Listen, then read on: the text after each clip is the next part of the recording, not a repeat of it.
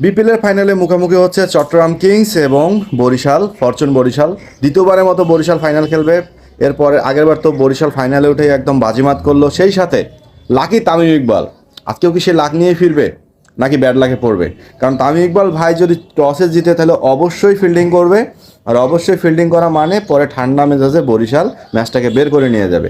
এবং টসে যদি চট্টগ্রামও জিতে, যে দলই টসে জিতবে তারা কিন্তু ফিল্ডিং করবে। সেই জন্য আজকের এই ফাইনাল ম্যাচটাতে আমার মনে হয় টস অনেক বড় একটা ফ্যাক্ট হয়ে দাঁড়াবে।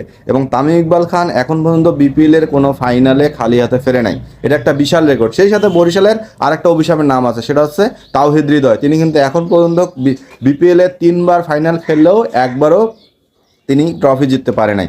সো লাক এবং ব্যাড লাক দুইটাই বরিশালের ঘাড়ে। এবং সেই সাথে চট্টগ্রাম তার শক্তিমত্তায় তো ছোট, কিন্তু এই ছোট বিস্ফোরণে যে ঘায়ের মতো ফোটে এটা কিন্তু আমরা সবাই জানি। সেইখানে যদি শামীম পাটোয়ারি, পারভেজ হোসেন ইমন, ক্লার্ক এরা যদি খুব ভালো ব্যাটিং করতে পারে এবং রানটাকে যদি 200 ছুঁই বা 180-র দিকে নিয়ে যেতে পারে, তাহলে আমার মনে হয় চট্টগ্রামের দিকে মোড় ঘুরলেও ঘুরতে পারে। সো এখন দেখার অপেক্ষায় বিপিএল কি পাবে নতুন চ্যাম্পিয়ন, নাকি পুরাতনের কাছেই লঞ্চে করে কাপ চলে যাবে বরিশালে।